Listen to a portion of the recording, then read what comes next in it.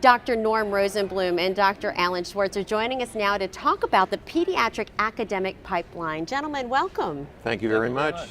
So let's talk a little bit about some of the issues currently facing the pipeline. Where do we start?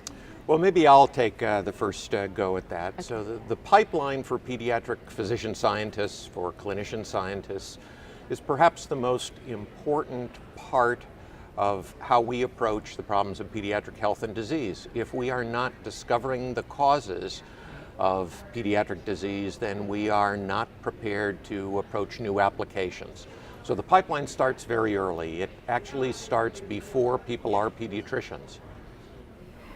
That's right. So what's happened in the modern age of pediatrics is that we have a revolution of biology happening at the same time as a revolution in the kind of science that we can apply to understanding how we take an understanding of how disease works and targets that could be used to treat disease to real-life treatment of disease and how this is going to be applied in populations. So we've really seen an explosion of both sides.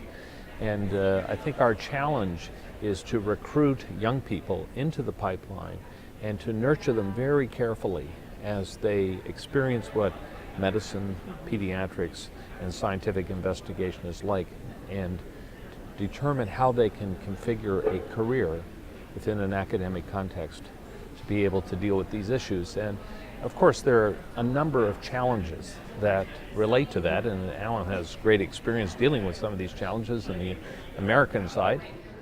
Yes. So let me present just a few of the challenges. Sure.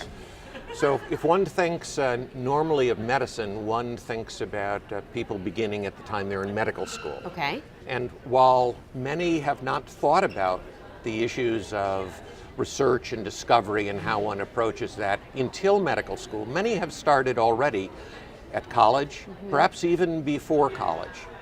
So learning about science and how to apply that to clinical medicine is something, in my view, that ought to start in high school and in college, and certainly at the latest ought to begin in medical school and pediatric residency. And there are challenges at each one of those steps.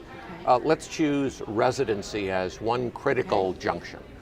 So in residency, the main goal of residency is to learn to become a pediatric specialist, to understand disease in the context of the pediatric patient and their family.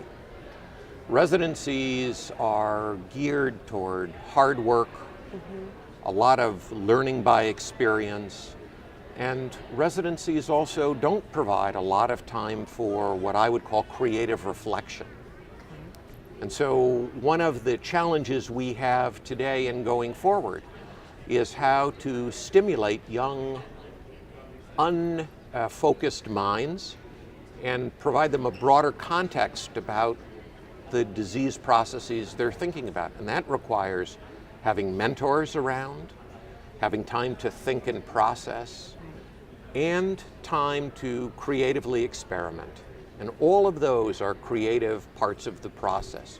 So residency is one time, before residency is another time, and then post-residency, as one becomes a specialist, is another time. Norm actually has a lot of experience with this series of stages in the Canadian system. That was going to be my question. I was going to say, is it different? Because you did say on the American side, is it different when you're talking about Canada? Well, it's a little different, but there's a lot there that is the same, actually. I led a Canadian program that has dealt with this for a long time, but I've also been very active in the Pediatric Scientist Development Program here in the United States, which has some interface with Canada as well, but is predominantly American-based and also deals with this in similar ways. And I think what I take from this is that this issue of mentorship is absolutely critical.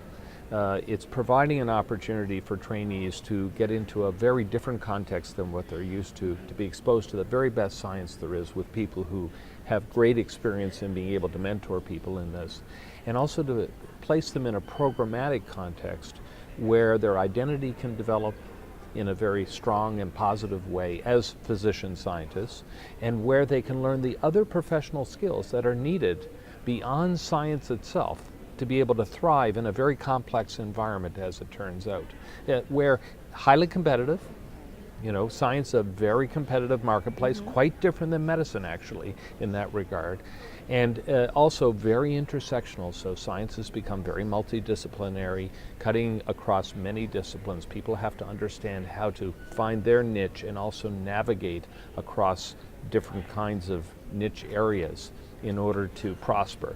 And so, you know, I think it's very important to have programs that are host to these trainees in these ways at different levels of their training in order to facilitate their success. Very interesting, gentlemen. Thank you so much for joining us today. Thank you for hosting us. Of course.